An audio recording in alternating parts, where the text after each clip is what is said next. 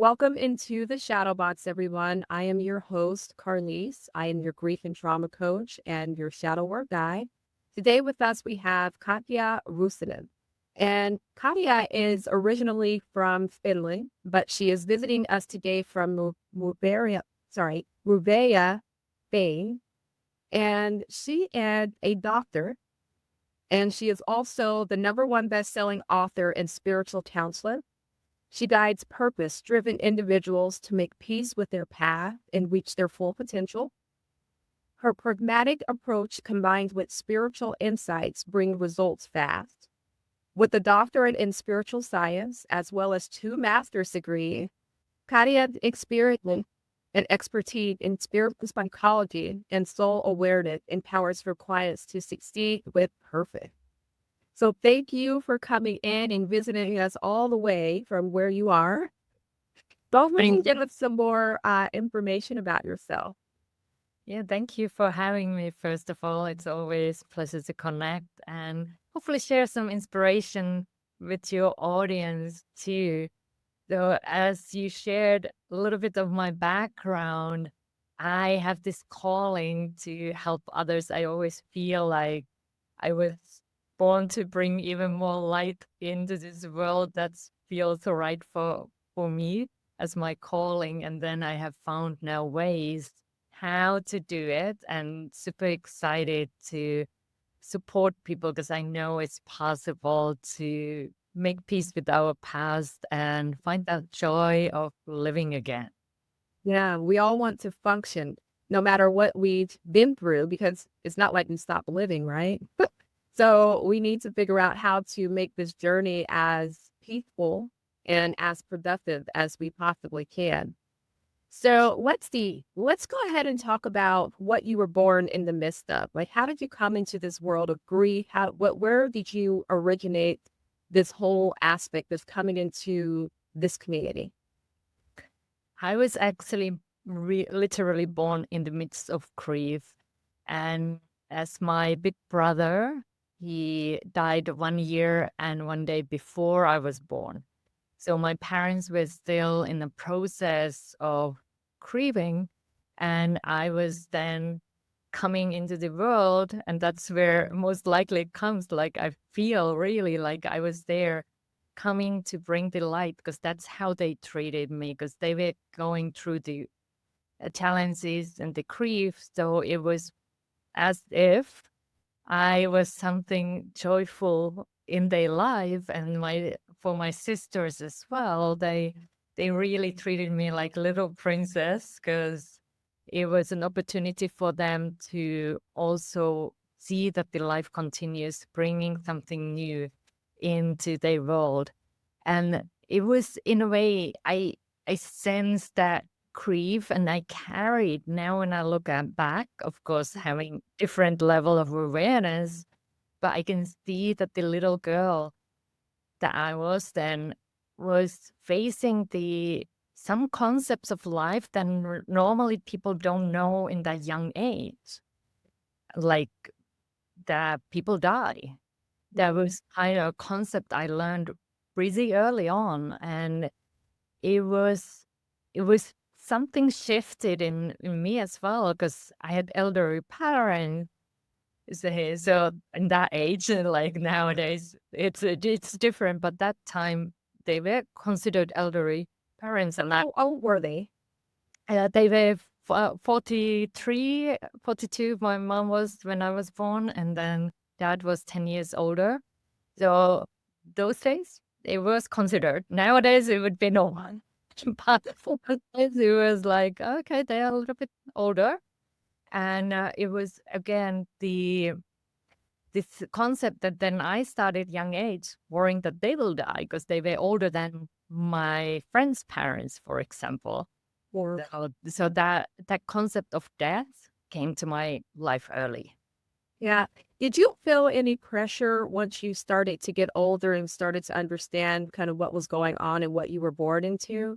Did you feel pressure to always be that light or that you had to be the kind of like the catalyst to everyone else's happiness? I kind of signed up for that role, yes. And I learned, I remember like hiding certain things and aspects from my parents because I didn't want to worry them or concern them. So that was something, and I think one of the events comes to my mind, like because I went horse riding young age, and once I fell down really badly. And of course, this was also, I didn't want to tell my parents because they would say no to going back to the stable. So I was hiding it.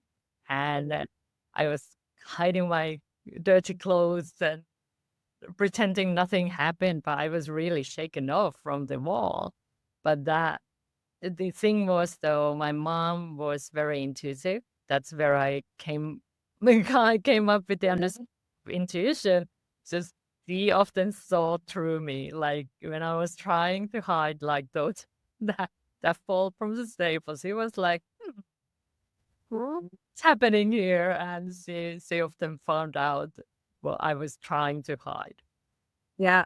Did she ever tell you that you didn't have to? Did she give you permission to kind of be yourself and make scary, risky moves sometimes? I think they in a way did. I had a lot of freedom, much more than my sisters ever had, like, because it's again the youngest in the family. So I played with very different rules than my older sisters, but they were very encouraging and supportive for me and giving me a lots of freedom, but it was more my own intention to somehow protect them from more hurt and pain. I think Yeah. that my thinking those days. Yeah. And we'll go into the shadow aspect of this later because I'm pretty sure that you feeling the need or feeling that pressure that maybe you had to hide some things or that you had to protect others more than you protected yourself. I'm quite sure that that played out as you became an adult and started really dealing with other relationships outside of family. So, unfortunately, you didn't just have the act of being born into grief. You actually got a little bit older and you had an event that unfolded in your life that kind of just blasted you into the world of grief for yourself. So tell us a little bit about that. Yes, that was like it started as a magical the year of being 16 and like falling in love for the first time. And maybe you also remember the first love, like, wow, everything is magical. It's like all of a sudden the world just changes. Yeah. And I was really experiencing that joy and the like just the butterflies in my belly and feeling that excitement to be with someone and having finally a boyfriend because all my friends already had boyfriends and then I finally had a boyfriend and it was just felt so magical and felt so good. But unfortunately, my love story did not end with the happily ever after. It came to a very sudden end when my mom told me the news that my boyfriend had died by suicide. Yeah. Okay. And that really was a moment when my world as well stopped. Yeah. And that experience really felt so overwhelming. I felt like I was watching a movie, like a bad movie or having a bad nightmare. I just wanted to wake up and Mhm. just have this boy back in my life and like have the continuation. And then it was so hard to just face the concept, even though I was aware of the concept of death, Mhm. but then really experiencing myself that way. And of course, suicide also leaves so many questions. Right. So I had the question why, and that was like an open wound that never stopped bleeding. I was just asking why did he decide to leave, and why did this happen? And I started blaming myself Mhm. because I felt like I should have known, first of all, because I'm intuitive. So I should have seen it coming. Like I should have been more than he would have then stayed. And I came up with all these things and started to feel that it was really, truly my fault. Or I took it, yeah. did you ever see any of the signs coming along as you were dating him, or was it just really out of the blue? Did he have issues at home, or Well, he had some reputation, and later on, I heard some things that he had been talking about suicide before, but I didn't know it before. It came after when people opened up and shared things. So it, he had a temper, but I guess all of us do. But then it just came very out of the blue because I thought we were happy. We were planning things and doing things together, and then all of a sudden he was gone. So that was that put me into a very dark place for a long time, and so dark that I was almost following his footsteps. well, let's talk about how you began to process that. So you're 16, the boyfriend dies of suicide, and you are grief-stricken.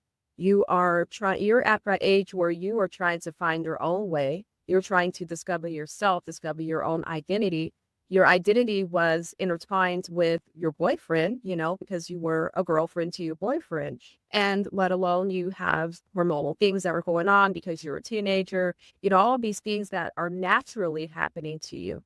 So now that other aspect kicks in of, now someone dies, someone that I love, someone that I see every day, someone that was tangible, they're no longer here with me. And now that I'm trying to figure out myself, what's wrong with me? Why did this happen? Why did he have to die? Why didn't he talk to me? So like you said, you had all of these questions. As you started to process through your grief as a teenager, tell us what that looked like for you. Well, my process was I was shutting down. I did not want to speak, and I did not want to accept help. I just basically wanted to close my eyes and just sleep and just find a way to just numb the pain because it was too much. And I did not really, I remember how my parents tried to help. There were some friends coming to visit, but it was that I wanted to just to push them away. That's why I'm nowadays such an advocate for getting support because I know that was like a harder way because I was just like feeling that I don't deserve their love, I don't deserve their support, but because it was my fault. That was the story I was telling myself. And I just didn't deserve even to be happy ever again.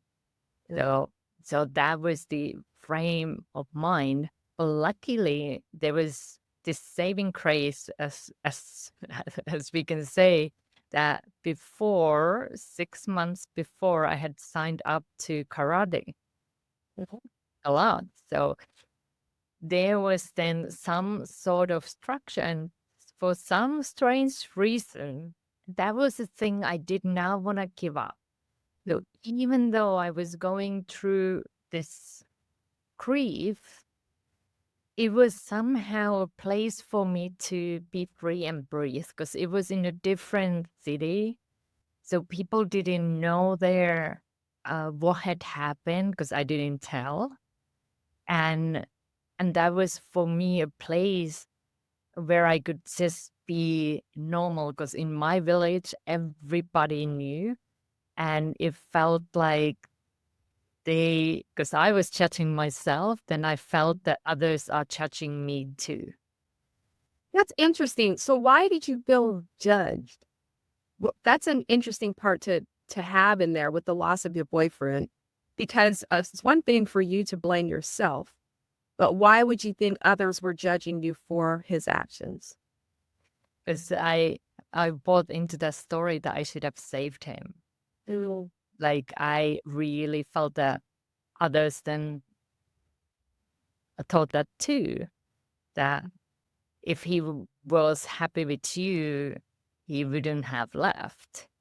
So somehow it was my fault. Okay. And then you go into karate, and that is I wouldn't say odd, but it might you don't hear people that, yeah, I went into karate. But I can imagine why that was such a saving grace for you, because that you were able to get out that aggression.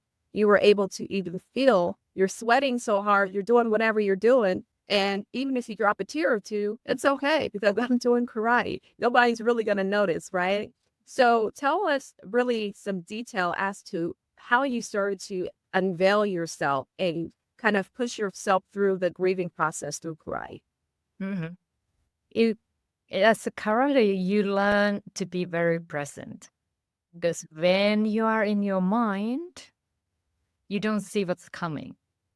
So you literally get hit to the face because you don't have time to block because you just are in your story. So in a way, it was a practice for me to be present, be here right now. And it helped me as well because there is discipline. So then you learn the discipline, and I learned to keep practicing, keep doing things. And it was kind of this break for me from my repetitive thoughts. So it gave me that moment, a window where I could just be, because I was forced to just be. If I wasn't sorry, I was getting knocked out. But like it was an opportunity for me to start practicing the control of my mind. And I think that was such a key. Then later on, of course, learning meditations and things like that. But karate was helping me to learning to take control of my thoughts little by little. A very slow process, but it did happen. So it helped me to start seeing that I have the power over my mind. And I think that was really helpful then on the years to come to realize that and practice that there is this possibility when your mind can be empty. You can have these moments when you are free from your thoughts. Yeah. When did you flip the switch of saying, this isn't my fault? I think that came years later.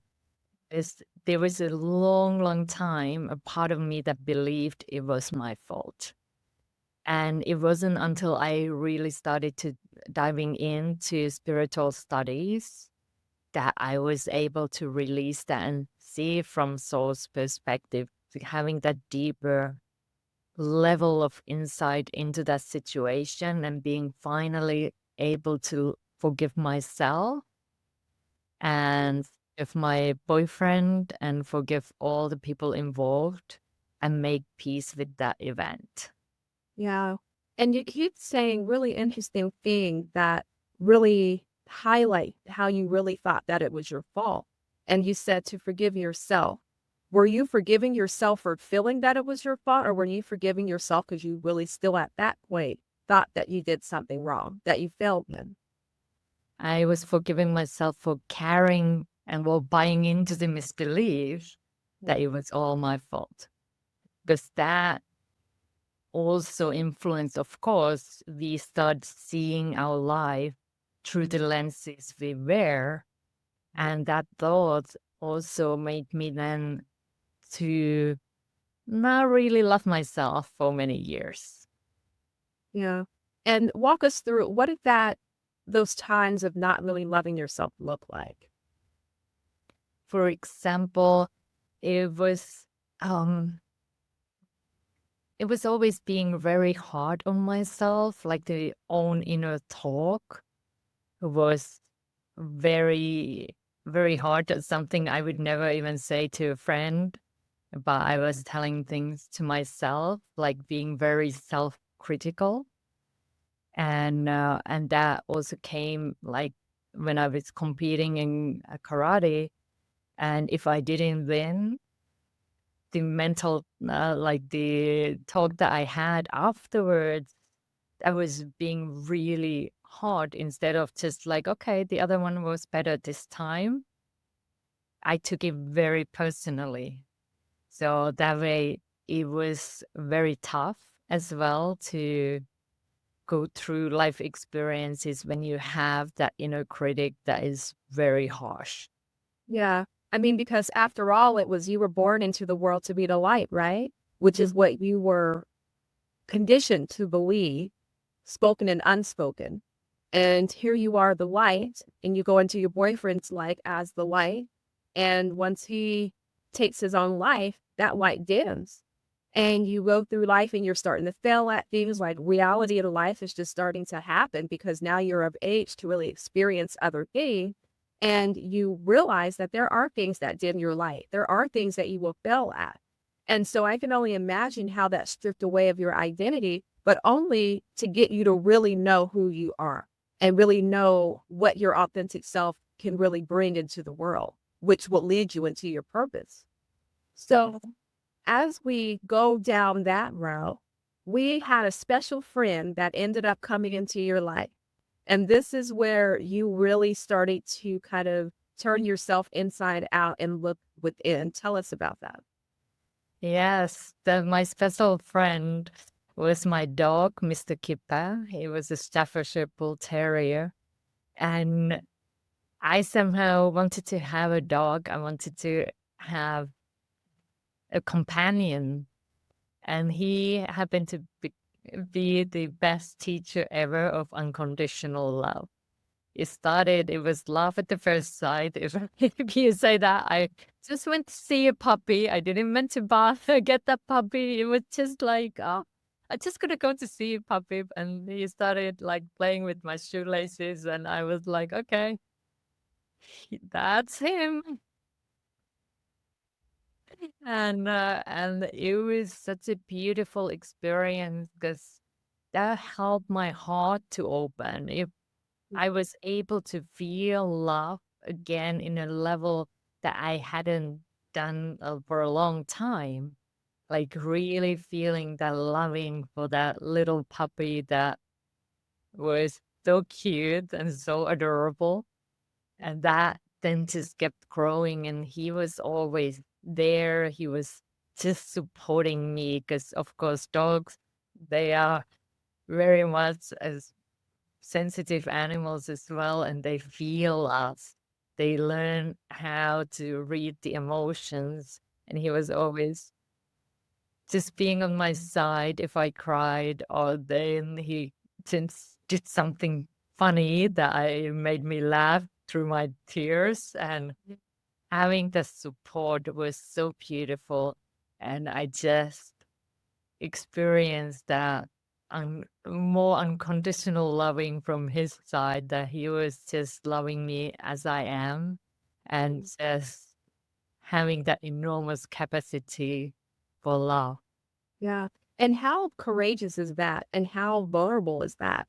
Because you put another life form in your life. And that life form also has the ability to die one day. But you were brave enough and probably subconsciously letting your spirit and the universe and everything lead you into your healing.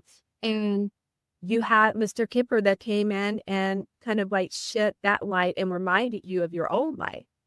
And for you to be able to embrace him into your life without fear, because it sounds like you didn't have any hesitation with him. It was more so like he's mine, and bring this together, right? Yeah, I think Right? he got me. Like it wasn't like the thoughts like, oh, what if I lose him? Because he was just like, he was too cute to say no to. But there was also at that point, there was also starting to see that the love continues. Like it was like starting to see things beyond this world as well, the continuation of connection in a different level, a soul level that maybe also open the door a little bit more to saying yes to love again. Yeah. But most importantly, you were able to start saying yes to your own self-love. And Yes. that kind of got you open into being vulnerable within yourself. Because when you're blaming yourself for that much, you don't trust yourself anymore. You don't feel lovable. You don't feel that light anymore. And so, with that being said, Mr. Kipper came in, and because he shed that light of love, you were able to start to internalize it and kind of walk when that aha moment came in and you were like, oh my God, Patty, I love you. You are present in this world. You are valuable in this world. What did that feel like to you? What do you remember that aha moment? I think with Mr. Kipper, it was easier to receive. Ooh, He was a dog. yeah. I think that was the differentiation. I had still the struggle with humans. Mhm. Somehow it was easier to receive the love from an animal that was so pure. And it was amazing to then start little by little, though, because when you are surrounded by love, you start taking it in just a little bit and Mm. just a little bit, and then starting to build that self-love, which has been really one of my biggest learning journeys here. That's as a spiritual curriculum I always talk about is like, okay, one of my lessons I signed off has been definitely learning to love yourself 101. Yeah. But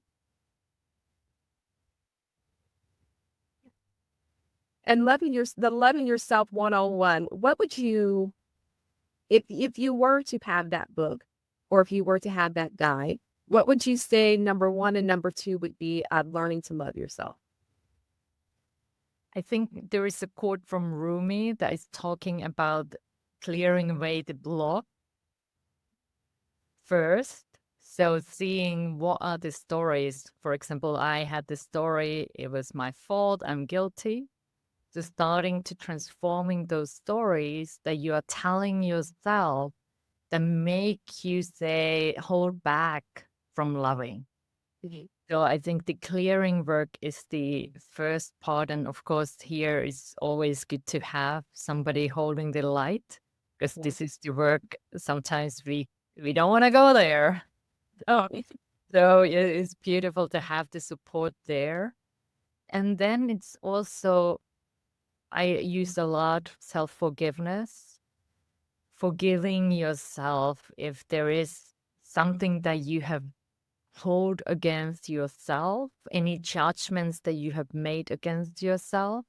So you're kind of clearing the way for you to remember the love. Because I think the loving is always there. It's just that we forget on our journey because we get hurt. yeah. So we forget that we already have that love within us. So it's kind of returning back to the loving, but clearing the path is the first step. And it can be then also taking little actions. Mhm. What is one thing, one self-loving action that you can do? Maybe it's taking 1 minute break. Maybe it is treating yourself something nice that you really like, giving yourself what you desire. And it can be a little thing like Yeah. going for a walk in nature. It doesn't always need to be that you're gonna buy something, but Yeah. like maybe it is just going to a walk. Or for me, it's going horse riding because that's another hobby that I really love. And again, connecting with the really majestic beings and energetically high vibrational animals. So that helps as well to raise my vibrations. So it's again finding something that you start enjoying doing and then checking the thoughts and then also feeling into the love. Yeah. So Yeah. those might be little steps that they have helped me and Mhm. maybe And others. I love how you said feeling into the love. Because those steps that you take, they're subtle, but it's almost like you being in the dark and you have to feel your way through to get to that other side. And if you're able to do that in love, if you're able to do that even in love of yourself, then eventually you know that you're going to get there. And eventually you know that you're going to reach the light, right? In your journey, with how you were born into grief and how you then were really engulfed in grief. In that whole process of you coming through, what did it really expose in you about you? That maybe some things that you kind of pushed under the rug, or some ways or behaviors about yourself or personality things that you're like, now the mirror is in my face. What did it expose in you at that time? Yes. Some of the things that I have seen, of course, this is looking back, so it's easier to see. But I realized that, especially the suicide, it left me wanting safety and security in a very deep level. Like sometimes they even hanging on to situations way past expiration date because I just did not want to change things. I just wanted to keep on the routine because that made me feel safe. So sometimes I allowed that type of situations to continue because it just felt somehow the comfort zone. Some It's like familiar. yeah, Yeah. I mean, it was familiar, and you are in a zone where you kind of know how it feels, you know how to react to it, you know how to respond to it. So of course you would stay. But yes, please continue. hmm so that was one thing, and I think the other thing that I've been, and these are things I still need to keep an eye on, like we all have our things, Yeah. and it has been this authenticity, like being able to share when I'm not feeling good.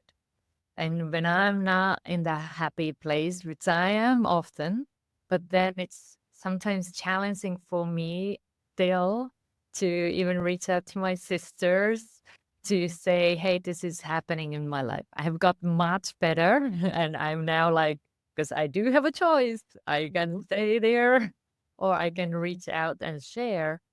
But there is sometimes the thought like, I don't want to burden them, like sharing these things. And I'm like, that's not true. They can take it.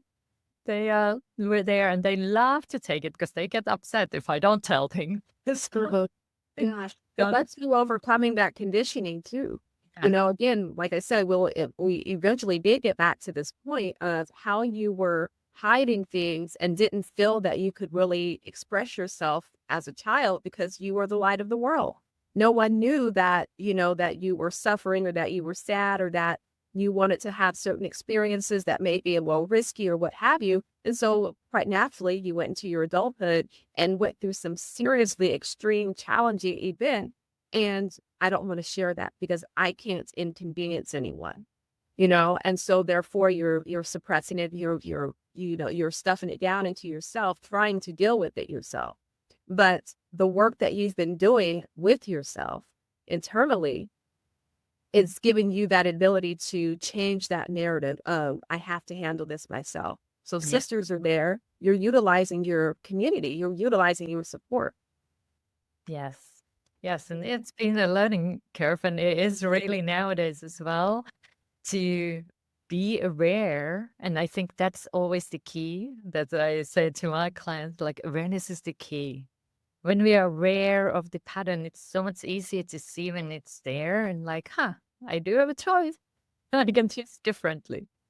And another big thing, and this is the third one I want to share, it has been the feeling the separation from God. Yeah. Okay. And whether you call it God, the divine, the universe, whatever that is, but like feeling that separation. And I think that was my experience as well. I was having the challenge to understand why this was allowed to happen, why there is so much suffering in the world. So that created separation. And it took me a long time to feel again the connection with God. And there was a long time I didn't even use the word God because I was so angry and upset. Right. So that was part of the journey as well, to then come into healing and allowing me to feel again the connection, that it's always there. Again, I was the one who was closing myself from feeling it. Yeah. And isn't that the irony though? Because in your learning and coming into your authenticity, you also had to accept that there was that fear still there, or there were those days that you were going to feel sad and not feel like showing up. But that was still a part of your authentic journey about it, still a part of your authenticity. And then we look at God and we look at the world and we look at how all this crazy stuff is happening. You know, children are dying, people are having freak accidents, people are taking their lives, all these things that are going on. And we're like, well, where are you? What are you doing where you're not saving these people? I thought that you were omnipresent. I thought you were, all of that. And so we do start to have that concept and that doubt. But along, like what I said with authenticity, there's good and bad in it. And not saying that God is both good and bad, but good things and bad things happen under God's watch because we are in this world, And so I can only imagine, and I hear it all the time. I hear it. I mean, and it doesn't even have to always do with death, but just how people's lives turn out. Like, why couldn't my life be this way? Or why couldn't I have this that way? God, where are you? Why do I, all of these things? And that's the number one question is, God, where are you? And feeling that disconnect. But the good thing is that because you are a spiritual person, because you do believe in God, you know that he's right where you left him at. He's all it takes is for you to come back to him, and he's never left you. You just had to open your eyes back up to that fact that he's right there. There. Go ahead. And that was like one of the funniest moments, because I was also chatting myself, like I turned my back on God, and then I realized, he's omnipresent. You can't really do that. And it made me just laugh, because I was like, oh, that was not even true. In my head, it was. And then I was like, no, everywhere. So that was a beautiful realization that it is really, we have so much support available, but you also need to be open and willing to receive it. And sometimes it doesn't come in a form that we would like. Sometimes our life doesn't go in a ways that we would like. But then it is, again, seeing, like what I call seeing life from soul's perspective. What have I learned through these experiences? And like for me, it's been such a learning of loving, like through all the dark moments in life. And it has been also learning that I do have a choice. I can choose what I have focused on and finding a way forward and finding a way to trust myself and trust life and trust God again. So it's been a really beautiful journey now when I look at it. But of course, when you are in it, it is challenging, and just sending light to everyone who is listening. If you are in that dark place, just know that there can be light. Yeah. And the light that you seen was your aha moment of you have a choice. Because every time you say that, I don't know if you realize it, every time you say that, you light up. Like there's a little thing that goes on with you when you really realize you have a choice. And you have a choice with what's in your control. So there is that God thing too. I only have control over certain things. I don't have control over everything, but the things I do have control over, I have a choice as to how I'm going to respond to it, react to it, behave to it. And you really have figured that out, it seems. Yeah, because it's literally, I had that moment, and later on, I realized that was really a divine intervention. Because when I was about to follow my boyfriend's footsteps, and in the 11th hour, I received this spark of light into my very dark mind. And that made me choose life. And it was really a reminder of my big brother who had died, and reminder of my parents' love. And that was like, wow, I just want to turn back, and I did it for love. And it was this divine experience, really. I'm so grateful, like realizing that, like that I had that gift to experience divine love. And that's really realizing I do have a choice, and I chose it. And also, with that being said, you realized that you had a choice and you went into your purpose. So, going into your purpose, tell me what that looked like for you. Yeah, that came very interestingly, because I went to normal path, like working in a different job, working in an office, and then allowing myself to later on starting to really tune into my heart. Because I went to a palm reader. I was in a turning point in my life, and I was seeking some guidance. And he asked me, "Why don't you write?" And that question stirred something inside of me, because I was like, how does he know I have a story to tell? And that night, I promised him I start writing, and I did. I went home. I started writing my first book, and that put me into a very new way of seeing my life. And during that process, I realized the message that life didn't happen to me, it happened for me.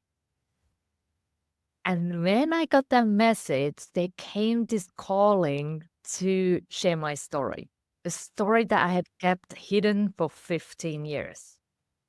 And I was like, if my story can help one person, it's worth sharing it. Yeah. And then when I started sharing my story, then of course, some people started opening up their story and what they had gone through. And then came a moment when they started asking guidance and support as well.